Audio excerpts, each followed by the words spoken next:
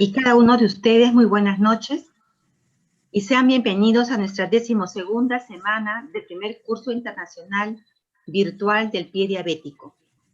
Soy la doctora Victoria Huancaya Tejera, quien tendrá el honor de llevar a cabo la moderación de las ponencias. Un saludo y agradecimiento especial al ilustre Colegio Médico del Perú y a sus consejos regionales que hacen posible tan magno evento. Al Consejo Regional del Callao, al Consejo Regional de Ica, al Consejo Regional Cajamarca, al Consejo Regional Junín, al Consejo Regional Tacna. Antes de dar pase al inicio de las ponencias, queremos dar algunos alcances correspondientes al desarrollo de las mismas.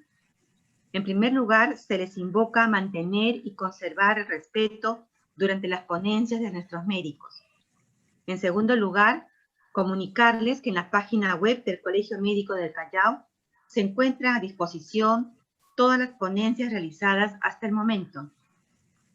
Y en tercer lugar, las preguntas que realicen después de la ponencia será por escrito vía chat o Facebook. Como primer tema tenemos retinopatía y pie diabético. Queremos presentar para este tema a la doctora Jenny Pecho Trigueros. Ella es médico cirujano oftalmóloga de la especialidad en retina y vítreo. Es coordinadora de la unidad de retina del Hospital Alberto Sabogal, miembro internacional de la Academia Americana de Oftalmología, es miembro titular de la Sociedad Peruana de Oftalmología, miembro del Grupo Peruano para el Estudio y Tratamiento de Esclerosis Múltiple, recibió Premio Internacional en Educación en Oftalmología, otorgado por la Academia Americana de Oftalmología en el año 2016. También es miembro asociado de la Asociación Peruana de Pie Diabético y es miembro internacional de la Sociedad Europea de Oftalmología. Con ustedes la doctora Jenny Pecho Trigueros. Adelante, doctora. Muy buenas noches con todos. En primer lugar, agradecer al Colegio Médico del Callao por la organización, por permitirme definitivamente poder trabajar este tema que es tan interesante y que podemos desarrollar la relación entre la retinopatía diabética y el pie diabético. Mi subespecialidad justamente es retina y tengo la posibilidad de poder evaluar constantemente pacientes que presentan esta patología de pie diabético y que vamos a ir desarrollando progresivamente, como ya en todas las semanas previas hemos estado viendo los diferentes aspectos que esto implica y todo la patología diabética, cómo va a afectar definitivamente a nuestro paciente, ¿no? Entonces, vamos a empezar.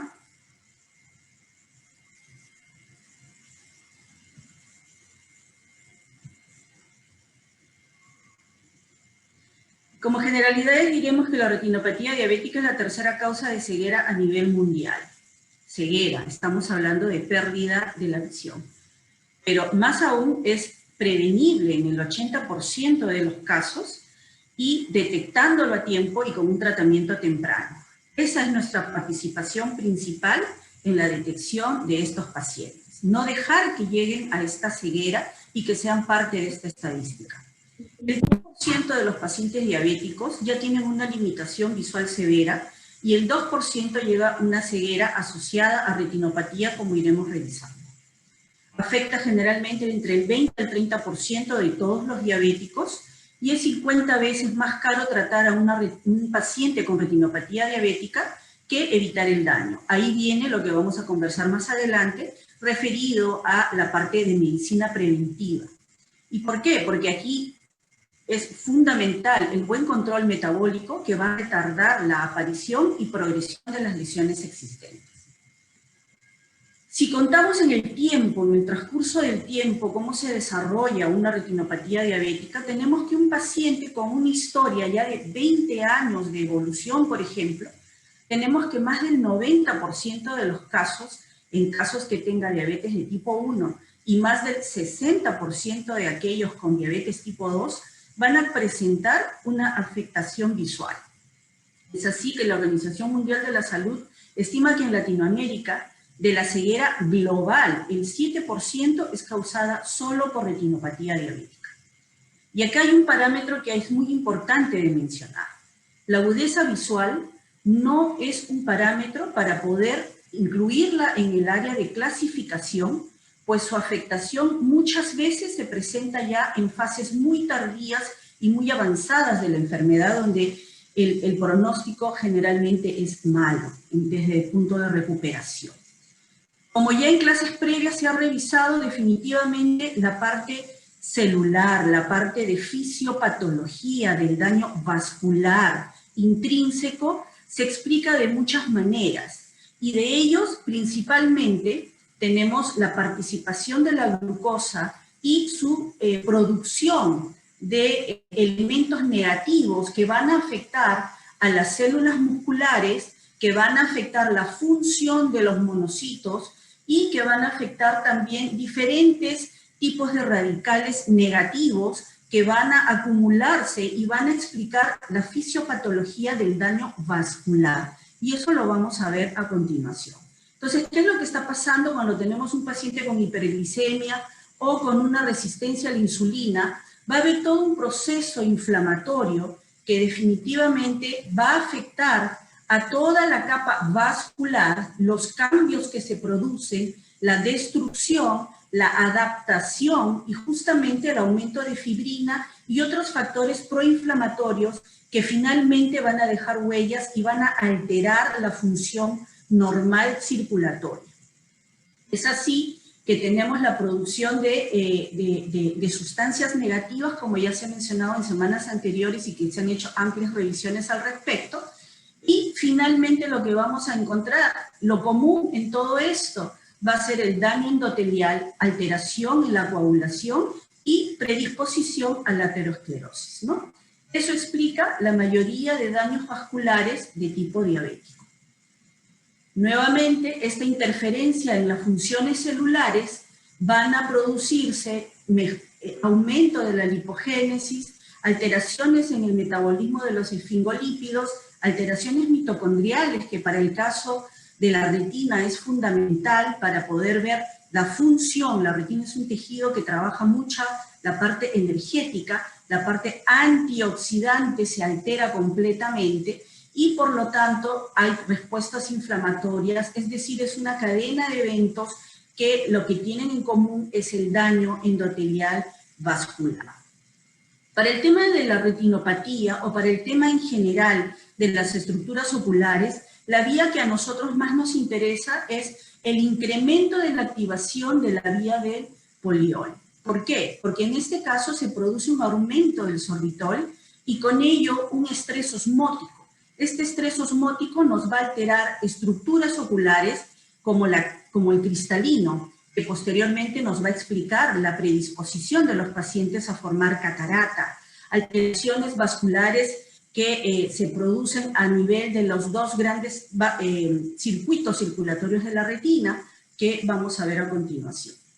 Entonces, en nuestro globo ocular, a nosotros nos corresponde evaluar todas las estructuras, desde la parte anterior hacia la parte posterior, siendo esta zona la que recibe la luz para poder llevar la imagen hacia su proceso cerebral. ¿Por qué es tan importante la parte circulatoria, incluso desde vasos grandes? Porque si nosotros vemos la circulación ocular, depende de una rama de la carótida interna, de donde nace la arteria oftálmica. Es decir, la circulación, que como ven incluso va rodeando al nervio óptico, la circulación nace de la carótida interna y de ahí la importancia. Y es que nosotros en oftalmología somos un área clínica y un área quirúrgica.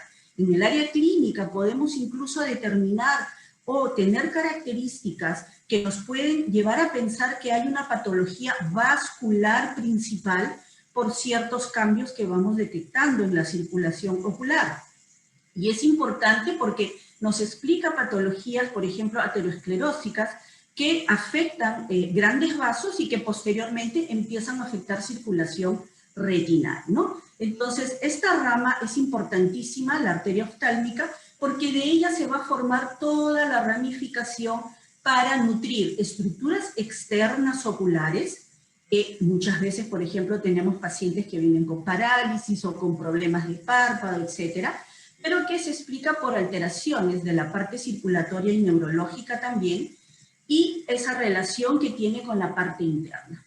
¿Y por qué con la parte interna? Nuevamente el esquema que desde la carótida interna nace la arteria oftálmica y las ramas que irrigan todas las estructuras oculares. Pero en la parte ya profunda es muy importante la relación que tiene el nervio óptico con la circulación, tanto arteria como vena central de la retina, nacen de esta porción inferior y son los encargados de hacer la nutrición de todas las estructuras profundas donde se encuentran los fotorreceptores, que son los que necesitan circulación constante para poder nutrir ese tejido y más aún poder brindar el proceso metabólico para la visión. Entonces, como vemos, tenemos grandes vasos que vienen desde la parte posterior, pero que llegan hacia la parte interna con una serie de plexos, que estos plexos, esa microcirculación, es la que se va afectando progresivamente con los cambios que hemos mencionado, con los cambios de la vía del poliol, con la producción de oxidantes negativos hacia las paredes vasculares y que progresivamente los podemos ver. ¿Qué es lo que a nosotros como oftalmólogos y como médicos o como personal de salud en general nos debe importar? Es tratar de preservar lo más posible la visión central. ¿Por qué? Porque la visión central es donde se encuentran los fotorreceptores que nos van a lograr hacer la discriminación sensorial de colores, la nitidez de las imágenes, entre otros. Esta discriminación está a cargo de los conos y bastones. Esta es una fotografía microelectrónica, y como vemos, la explicación para la visión es que la luz ingresa y trabaja en la retina el proceso de transducción de esta imagen, de la energía lumínica, y la lleva como una señal neurológica a ser procesada a nivel cerebral. Entonces, ¿qué es lo que a nosotros nos interesa principalmente? Preservar esta zona de conos, de bastones, que está en relación directa con los vasos que ya hemos visto previamente. Entonces, ¿cómo se explica la evolución de una retinopatía diabética? La retinopatía diabética tiene cambios que van explicándose por los cambios fisiopatológicos que ya mencionamos. Hay un engrosamiento de la capa basal, esto altera completamente la permeabilidad capilar, está rígido y por lo tanto ya no tiene la misma función de transporte y defensa del tejido, y se empiezan a formar exudados duros. ¿Qué pasa cuando ya esa permeabilidad se altera y se cierran esos vasos? Los vasos que se cierran ligeramente van a tener una isquemia que va a explicar los microaneurismas. Pero si ya empezamos a tener isquemias moderadas o severas, vamos a presentar ya otro tipo de cuadro como los exudados blandos o infartos, donde ya el cierre es tan severo que empieza a alterar todo un área mucho más extensa de la retina. Y como defensa, ¿qué es lo que sucede? Como defensa, el organismo capta que ese tejido ya no está trabajando, ya no tiene circulación, tengo que formar más vasos. Para compensar esa zona que ya no trabaja, tengo que formar más vasos. Viene la neovascularización. Pero ese vaso que se forma, es un vaso anormal, un vaso que no debe estar en ciertas posiciones, lo cual posteriormente explica hemorragias, proliferación de masas fibrosas a nivel del tejido del nervio y del vítreo, y progresivo alteración de la estructura interna, llevando a un desprendimiento de retina, ¿no? Entonces, la fisiopatología que empieza alterando el engrosamiento de la capa basal vascular, de esos pequeños vasitos que hemos visto en la distribución y las ramas que se han formado y que nutren normalmente al tejido retinal, se altera. Y eso explica toda la serie de cambios y obviamente la clasificación que nosotros empleamos o que ustedes pueden entender al momento de recibir un informe oftalmológico. Saben que la presencia entonces de exudados duros nos va a reflejar aumento de la permeabilidad, blandos ya o infartos, tenemos áreas isquémicas, y bueno, casos de neovascularización donde tenemos ya retinopatías proliferativas son de un estadiaje muy avanzado y son los relacionados definitivamente para la parte de ceguera. Entonces, ¿qué factores de riesgo hay para desarrollar retinopatía diabética? Duración de la enfermedad. Hemos mencionado más de 10 años, más de 15 años, más de 20 años. Los porcentajes son progresivamente más notorios en el compromiso ocular conforme la diabetes ha estado presente. Pero no solamente que esté presente, sino que esté mal controlada. Es decir, una persistente hiperglicemia que hace preservante todo el sistema negativo con oxidantes que no nos van a ayudar a la circulación. Concomitante con ello, cuadros de hipertensión arterial, alteraciones en los lípidos y obviamente el desconocimiento de la enfermedad por parte del paciente o la familia, que a veces busca alternativas que no necesariamente son adecuadas para un buen desarrollo y prevención, ¿no? Alteraciones que, si se suman microalbuminuria, anemia, tabaquismo, definitivamente pues vamos teniendo más complicaciones, ¿no?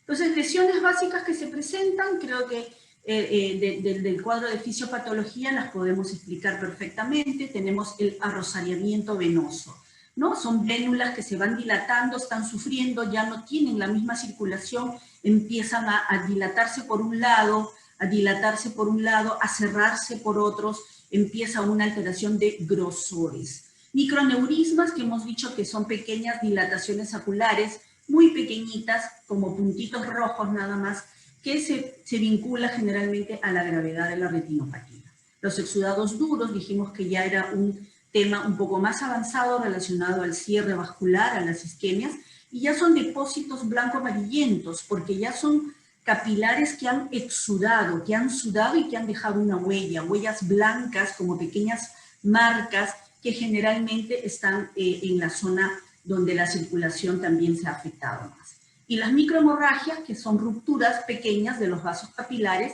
que pueden ser profundas o superficiales, de acuerdo a la localización en la estructura retinal.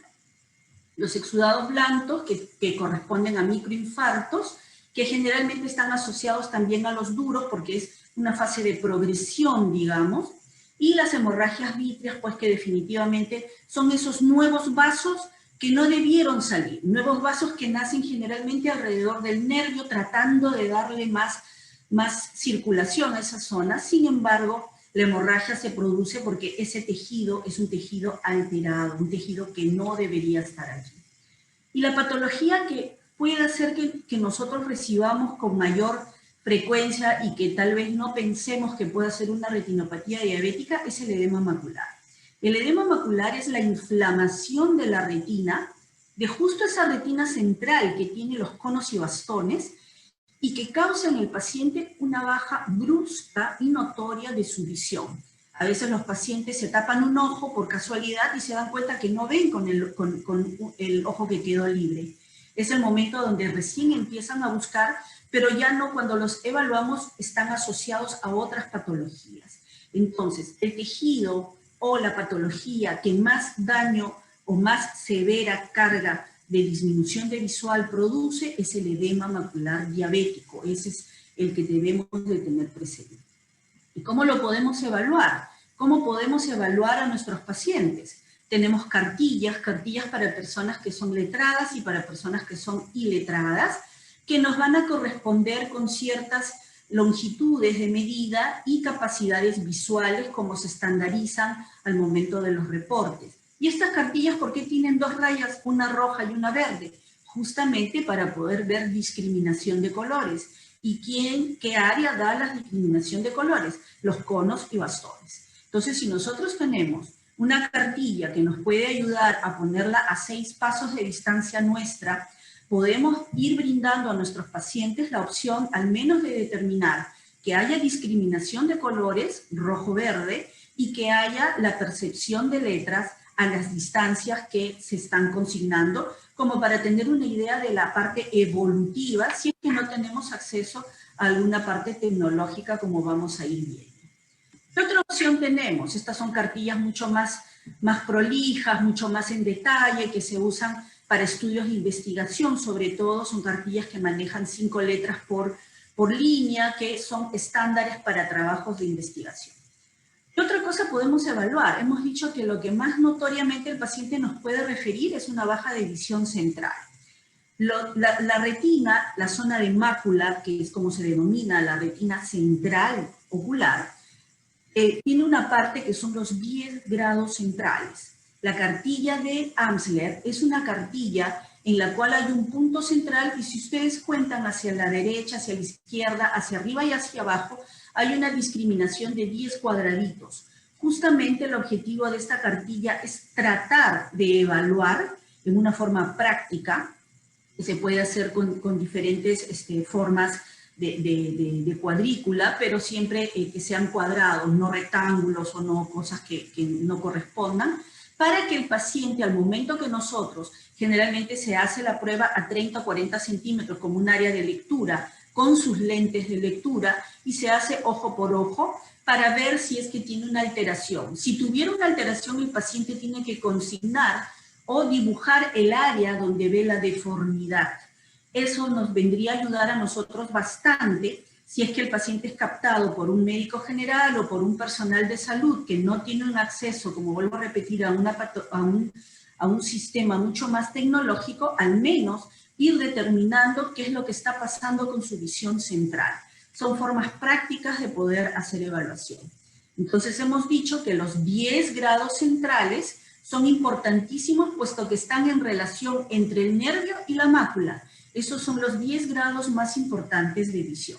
De ahí podemos tener los campos de visión evaluados de diferente área, de diferente extensión, ¿no? Entonces tenemos 30 grados, 50 y 70. Esto lo podemos medir por confrontación, como muchas veces se hace en forma práctica, nuevamente lo menciono, pero también lo podemos hacer mediante equipos como los campímetros, que justamente se encargan de poder señalar con unos impulsos y con unas luces de tamaño e intensidad adecuadas para determinar el campo de trabajo de este paciente, ¿no? Entonces ya lo tenemos, digamos, graficado y evolucionado ese caso. En parte periférica, lo que sí deberíamos de contar es con un anestésico ocular y con un dilatador de corto tiempo. ¿Para qué? Para poder al menos tratar de, si es que tenemos a la mano, aunque sea una linterna o un oftalmoscopio directo, y si en el mejor de los casos un oftalmoscopio de campo amplio, poder tratar de ver el fondo de ojo como les voy a mencionar más adelante. ¿Cuáles son los dos medicamentos que deberíamos tener como un tema de apoyo diagnóstico para que nos ayude en la evaluación del paciente? Gotas anestésicas, que basta con una sola gotita nada más en cada ojo, no es que echarle un chorro, y un dilatador que se debe usar unas 2 o 3 gotitas con intervalo de 5 minutos para obtener una dilatación. ¿Y con eso qué vamos a lograr? Si nosotros tenemos un oftalmoscopio directo a la mano, al menos vamos a poder, con esa dilatación que el paciente logre tener, vamos a poder tener el oftalmoscopio directo con una serie de espejos, ¿no?, que nos va a permitir una evaluación de un campo de visión que es el nervio y la zona del polo posterior. Obviamente, el área que va a poder evaluar un oftalmoscopio directo es diferente de un oftalmoscopio indirecto o de campo amplio, en el cual nuestra visión ya es más de especialidad y nos va a permitir hacer un estudio mucho más extenso de todas las áreas de la retina, ¿no? Pero, ¿qué nos permite también la dilatación? Esto es una foto simple, no es una foto de fondo de ojo ni nada. Nos va a permitir ver si el paciente tiene una diferencia en la densidad interna incluso. Como ven, en el lado izquierdo se ven como unos puntos blancos. Esos puntos blancos pueden corresponder a muchas cosas, pero ya nos está diciendo que podría estar relacionado a una baja de visión en el paciente diabético por un sangrado previo, o en qué condiciones lo estamos encontrando. ahora que todo tiene que ser basado en evidencia, tomar una foto, nos puede ayudar bastante para tener la gráfica en qué condiciones estamos recibiendo al paciente, ¿no? Y bueno, si tenemos el acceso a cámaras retinales, como es el caso que se está presentando, podemos ver cómo quedan algún tipo de sangrado en la parte profunda que forma como unas mallas que obviamente en este caso impiden la buena visualización del paciente, ¿no? A diferencia del otro ojo, donde sí podemos ver las estructuras internas sin ningún problema, ¿no? Otro caso donde también con la dilatación podemos determinar la misma diferencia entre los dos ojos. El lado izquierdo es un cristalino, un lente normal que está dejando pasar la luz sin problema. Y acá vemos que en el lado, perdón, este es el lado derecho y este es el lado izquierdo. En el lado izquierdo tenemos las sombras, se ven como unas sombras acá dentro de la pupila ya dilatada, que corresponden a catarata. Entonces sí podemos tener la posibilidad de evaluar, dilatar y tener algunos diagnósticos agregados, sí, sin duda. Entonces, si es que podemos, obviamente ya cuando contamos con un equipo de campo amplio, sí podemos evaluar pacientes que tengan huellas de láser, por ejemplo, como es este caso, pero siempre el área que a nosotros nos interesa preservar, sí o sí, es el área de la mácula, lo que está dentro, comprendido entre las arcadas vasculares, porque es lo que finalmente va a permitir que el paciente conserve visión. Entonces, estos son otros casos en donde pudiera parecer que con la foto clínica podamos tener que ya está listo, no hay nada, todo libre, no se ve sangre. Sin embargo, vemos que allá hay cambios circulatorios, esta es una prueba de angiografía. O sea, los cambios circulatorios se evidencian en el paciente aún con tratamientos previos, sí. Entonces, la evolución en estos casos son importantes. Y si tenemos acceso a equipos de alta resolución, como los tomógrafos, a estos tomógrafos nos permiten evaluar ya cada capa de la retina en forma real, también mediante preparación de dilatación, y poder tomar incluso medidas de la parte interna y cómo está trabajando y en qué sectores debemos incidir más, ¿no? Gráficas de cómo se ve un edema macular diabético, por ejemplo, ¿no? Parece que no hubiera nada acá, pero sí está levantado, está abierto, y esa deformidad es la que produce la baja de visión del paciente, ¿no? Incluso ya ahora se cuenta con lo que es la tomografía con angiografía. Antes se tenía que usar el colorante, actualmente ya se tienen equipos en los cuales se puede hacer ese estudio de vasos grandes y pequeños a través de un tomógrafo que no necesita más que la dilatación y el uso del equipo correspondiente para poder evaluar cada una de las capas a diferentes niveles, ¿no? Entonces, ¿qué relación tenemos pues entre los pacientes con el pie diabético y qué estadiajes o qué debemos esperar encontrar en la retina? Vamos a revisar algunas informaciones que he podido encontrar. Por ejemplo, en el 2003 hay una tesis para endocrinología en donde el colega estaba considerando en las unidades de pie diabético del Hospital 2 de Mayo, ¿qué cosa encontró? Encontró que la retinopatía diabética estaba presente en un 50% de los evaluados, ¿no? Y que esto tenía relación, sobre todo, con mayor tiempo de enfermedad, un promedio de 12 años de evolución de enfermedad. Lo que hemos mencionado, más tiempo de enfermedad, mal control, la evolución de la retinopatía diabética. En este grupo específico que estaban siendo evaluados en la unidad de pie diabético, se encontró retinopatía diabética, más del 50% de los casos, ¿no? Entonces, el control glicémico es sumamente importante, como ya se ha mencionado. Tenemos un trabajo publicado en el 2018, igual relacionado a un tema de pie diabético, y que encontramos en la parte de retinopatía. Encontramos que hay una retinopatía no proliferativa severa o proliferativa. En el grupo con pie diabético, el 41% de los casos, ¿no? Y en el grupo control, es decir, que eran diabéticos pero que no estaban haciendo pie diabético, solamente el 15%. Entonces, la relación que pudiera haber entre el tema de la evolución y de la presentación del grado de severidad de la retinopatía diabética y pie diabético es muy vigente, ¿no? Entonces, los factores de riesgo también y el pie diabético hacia la prevención primaria, porque como estamos comentando, hay muchos de los casos que ingresan inicialmente por lesiones evidentes, muy grandes, pero que ya debemos sospechar que ya tiene alteraciones a nivel de retina, como lo están mencionando diferentes trabajos, ¿no? Y fortalecer obviamente el tema de los programas educativos para que todos los profesionales o el grupo de trabajo en salud pueda estar comprometido en el tema del diagnóstico y una buena derivación del paciente en el momento oportuno. Por ejemplo, en el grupo de la India, ¿qué es lo que encontraron? En un grupo de pacientes con pie diabético y retinopatía diabética, ¿qué encontraron? Encontraron que era un factor de riesgo de empeoramiento el pie diabético. Y en la presencia de pie diabético es un factor de predictor de que la retinopatía ya esté en un grado avanzado de severidad o sea proliferativa. Entonces, ¿es importante la relación entre estas dos entidades? Por supuesto que sí, es nuestra función lograr tener un diagnóstico a tiempo para evitar que lleguen a casos de severidad y obviamente pérdida visual, ¿no?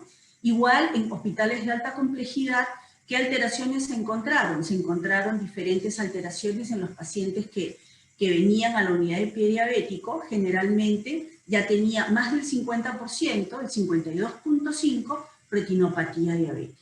Otras alteraciones, como hemos mencionado, catarata, glaucoma, alteraciones de la mirida, pero definitivamente más del 50% relacionado a retinopatía. Y obviamente en el tema también de en la parte de la retinopatía diabética, en el grupo de pacientes que tienen ya un pie diabético evidente, ulcerativo, más de la mitad ya estaban con un proceso evolutivo severo, ¿no? Nuevamente, esto es un estudio que se hizo en Corea, ¿no?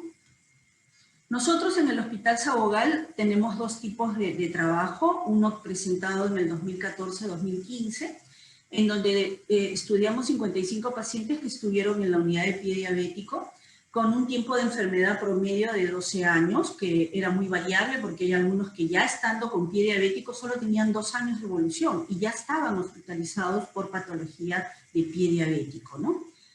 Entonces, ninguno de los pacientes, ninguno de los ojos estuvo sin lesión. Todos los pacientes se les encontró una lesión. Retinopatía diabética severa, el 45%. Moderada, el 31%, y leve, el 22%. Edema macular, que es la patología que más nos asusta o que más nos preocupa por el tema de la pérdida visual, que a veces es muy difícil de regresar a su normalidad, un 14%. ¿Y qué pasa? Muchos de estos pacientes tenían, sí, sus 12 años de diabetes, de tiempo de diabetes, y estaban incluso hospitalizados por complicación de la diabetes con el pie diabético, pero nunca se habían hecho un fondo de ojo. O sea, solo el 8% tenía un estudio de fondo de ojo o de retina. Entonces eso nos llamó bastante la atención, y posteriormente hemos realizado también un estudio de fondo de ojo en el 2019, igual en un grupo de pacientes que estuvieron hospitalizados en la unidad de pie diabético, pero esta vez se realizó con una tecnología SMART. A veces hacer las evaluaciones con equipamientos muy grandes es complicado porque los pacientes tienen citas en otros sitios y además su desplazamiento es bastante difícil. Entonces, ¿qué fue lo que nosotros encontramos? Usamos un dispositivo móvil con el uso también de un teléfono, que ahora lo vamos a ver en las imágenes, y encontramos pues que el sexo femenino de este grupo de pacientes era 50 pacientes, era el 72%, el grupo etario estaba comprendido mayoritariamente entre los 50 y 59 años, y como ven, se usó un dispositivo que se adapta al celular, y a través de la dilatación se hace en forma ambulatoria, local. Acá incluso tenemos una paciente que estaba ya amputada, ¿no? Y se le está realizando el fondo de ojo. Y esta es la imagen que se obtiene con este tipo de dispositivos, ¿no? Quiere decir que nosotros en la posibilidad de poder hacer los diagnósticos tenemos diferentes opciones, incluso estas que pueden ser alternativas para facilitar la movilidad y obviamente los estudios. Posteriormente, estas imágenes pueden ser derivadas a los especialistas para nosotros poder dar una idea o poder dar las indicaciones de manejo y tratamiento, ¿no? Entonces, ¿qué encontramos? Que más del 36% tenía 20 años de evolución de la diabetes, ¿no? Y también lo otro, que tenían retinopatía diabética no proliferativa moderada, tenían catarata un 10%, es decir, encontramos varias alteraciones, también muy relacionadas a la severidad de la retinopatía, pero la posibilidad de haberlo realizado con una tecnología móvil nos dice que es una opción para poder hacer tempranamente los diagnósticos y obviamente los tratamientos, ¿no? ¿Qué opciones tenemos entonces? Nosotros debemos, de acuerdo a la clasificación, si encontramos cada vez más severidad, definitivamente nuestros controles van a ser mucho más cortos. Si no tenemos características o hallazgos que se relacionen con una retinopatía proliferativa, es decir, es una retinopatía leve, el control puede ser anual. Si es moderada, cada 6 meses. Si es severa, cada 3. Si hay edema macular, como les mencionaba, cada 2 meses idealmente, obviamente con el tratamiento que corresponda, y si es de tipo proliferativa, cada 2 meses. ¿Cuál es el tratamiento actualmente? Sin duda, el gold estándar sigue siendo la panfotocoagulación. La panfotocoagulación que trata de preservar la mayor cantidad, evitar que el tejido cierre vasos normales y pueda permitir que la parte retinal siga trabajando sin problemas. Sin embargo, hay actualmente diferentes opciones de tratamiento, desde el láser, como ya se ha mencionado, tratamientos locales intraoculares, como las inyecciones intravítreas, y en casos más avanzados, donde ya tenemos neovascularización o sangrados extensos, definitivamente una vitrectomía. Sin embargo, una vitrectomía posterior, estamos hablando de un sistema de atención de salud oftalmológico complejo, muy costoso, cuando nosotros podríamos detectar a estos pacientes en estadios iniciales y poder ofrecer la opción de que no lleguen hacia la pérdida visual con la evolución correspondiente, ¿no? Esa era básicamente la presentación.